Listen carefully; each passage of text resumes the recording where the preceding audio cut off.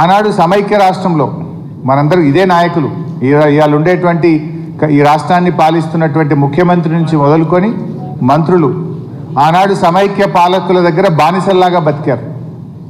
ఈరోజు స్వరాష్ట్రంలో కూడా తెలంగాణ ఆత్మగౌరవాన్ని ఇవాళ పక్క రాష్ట్ర నాయకత్వానికి తాకట్టు పెట్టే పరిస్థితి జరుగుతూ ఉంది. ఇవాళ రాష్ట్ర ప్రజలు గమనిస్తూ ఉన్నారు. మీ మౌనం వెనుక ఉన్న అర్థమేంది? మౌనం అర్ధాంగీకారము అంటారు.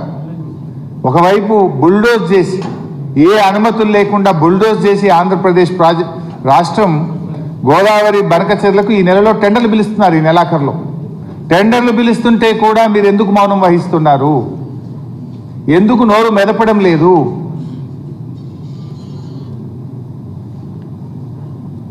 ఇలా కృష్ణా నీళ్లు తాత్కాలిక ఒప్పందం ప్రకారంగా 66-34 కృష్ణా నీళ్లు అక్రమంగా తాత్కాలిక ఒప్పందానికి మించి తీసుకుపోతుంటే కూడా కిమ్మనరు కమ్మనరు, సపోర్ట్ చేయరు. రేవంత్ రెడ్డి మాట్లాడాడు, నా ఉత్తమ్ కుమార్ రెడ్డి మాట్లాడాడు. గోదావరి నది పైన బీజేపీ, ఇటు ఆంధ్రప్రదేశ్ రెండు ప్రభుత్వాలు కలిసి ఇంత పెద్ద కుట్ర చేసి గోదావరి నదీ జలాల్లో కూడా తెలంగాణకు ద్రోహం తలపెడితే దాని మీద కూడా రేవంత్ రెడ్డి ప్రభుత్వం స్పందించినటువంటి పరిస్థితి లేదు. అంటే ఇలా నిధులు వాళ్ళకే, నదులు వాళ్ళకే. ఇలా ఢిల్లీ తీరు ఎట్లుందంటే నిధులు ఆంధ్రప్రదేశ్కే. మనం చూసినా మన బడ్జెట్ పెడితే రెండు బడ్జెట్లో కూడా ఆంధ్రప్రదేశ్కేమో నిధుల వరద, తెలంగాణకు గుండు సున్నా. నిధులు ఆంధ్రాకే, నదులు ఆంధ్రాకే, తెలంగాణకు గుండు సున్నా. ఇది ఇలా ఢిల్లీ పాలకుల వైఖరి.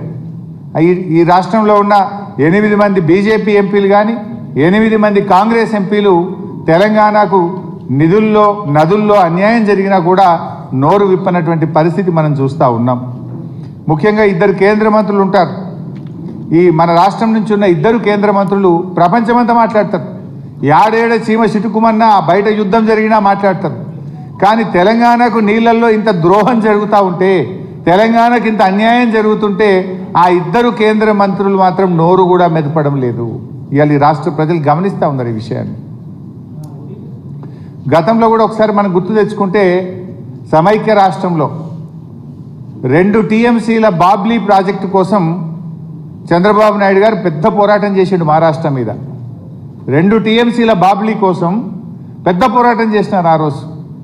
మరి ఈరోజు ఎన్ని బాబ్లీ ప్రాజెక్టులు కలిపితే ఒక బంకచెర్లకు సమానం?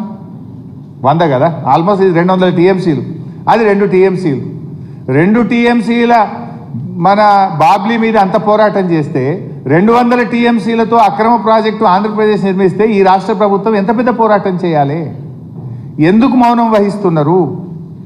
అంటే మీ దోస్తానాలు, మీ పాత బంధాలు ఎవరిని ఉంటే దానికి తెలంగాణ ప్రయోజనాలు ఫనంగా పెడతారా? తెలంగాణ భవిష్యత్తును మీరు ప్రశ్నార్థకం చేసే హక్కు మీకు ఎక్కడిది అని నేను అడుగుతా ఉన్నా. అందుకే నేను ఒకటే కోరుతా ఉన్నా. మొన్న ఎప్పుడో బండి సంజయ్ గారు కూడా మాట్లాడుతుంటుండు, తిరుపతికి పోయినట్టున్నాడు. తెలంగాణ కంటే 10 రెట్ల నిధులు ఆంధ్రాకి ఇచ్చాము అని తెలంగాణ మంత్రి చెప్తున్నాడు. ఆయనే స్వయంగా చెప్తుండు, 10 రెట్ల ఆంధ్రాకి ఇచ్చినాం, తెలంగాణకి ఏమి ఇయ్యలే. స్వయంగా కేంద్ర మంత్రి గారు. అంటే నదులు వాళ్ళకే, నిధులు వాళ్ళకే. ఇది ఎవరు చెప్తున్నారు? కేంద్ర మంత్రి చెప్తున్నాడు. సో మేము అనేది ఒక్కటే. నేను I will go to PPT, political speech ఎక్కువ బోను. కానీ ఫైనల్గా ఈ ప్రభుత్వానికి మా అప్పీల్ ఒక్కటే, ఇప్పటికైనా కళ్ళు తెరవండి. ఇంకా నష్టం జరగకముందే గోదావరి బనకచెర్ల ప్రాజెక్టును అడ్డుకోండి.